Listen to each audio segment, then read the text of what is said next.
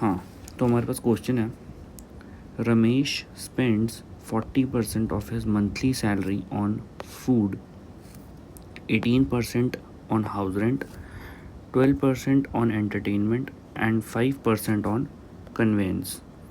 ठीक है, but due to a family function he has to borrow 16,000 from a money lender to meet his monthly expense meet the expenses of 20,000 rupees. ठीक है, यानी कि 40 अपनी salary का 40% वो फूड में खर्च कर रहा है, 18% रेंट में खर्च कर रहा है, 12% एंटरटेनमेंट में खर्च कर रहा है और 5% जो है वो कन्वेंस में खर्च कर रहा है. ठीक है, तो लेट्स से उसकी इनकम जो है वो 100 है.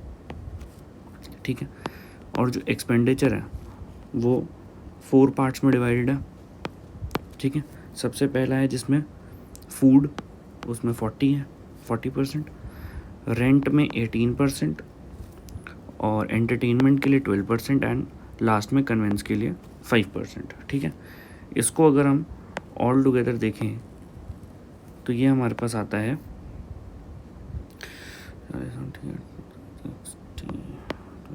ठीक है 75.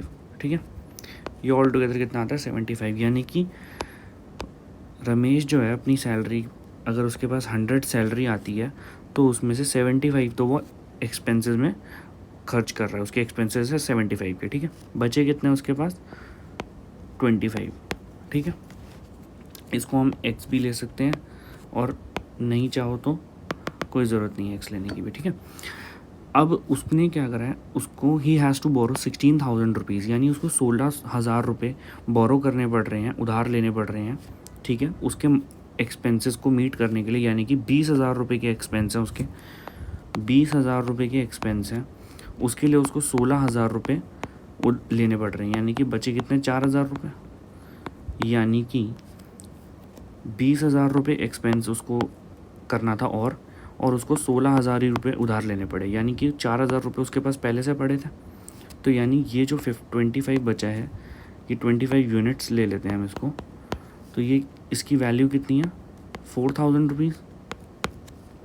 अब हमें क्या निकालना है, हिज मंथली सैलरीज, यानी कि हमें इस 100 की वैल्यू निकालनी है. ठीक है, हमें इस 100 की वैल्यू निकालनी है.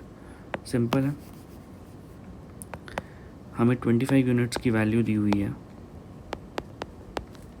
विच इज़ 4,000, तो हमें 100 यूनिट्स की वैल्यू निकालनी है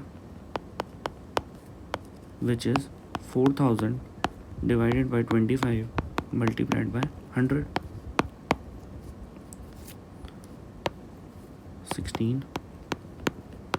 16,000. यानी कि उसकी जो मंथली इनकम है वो है 16,000. यानी कि option number C is the correct answer.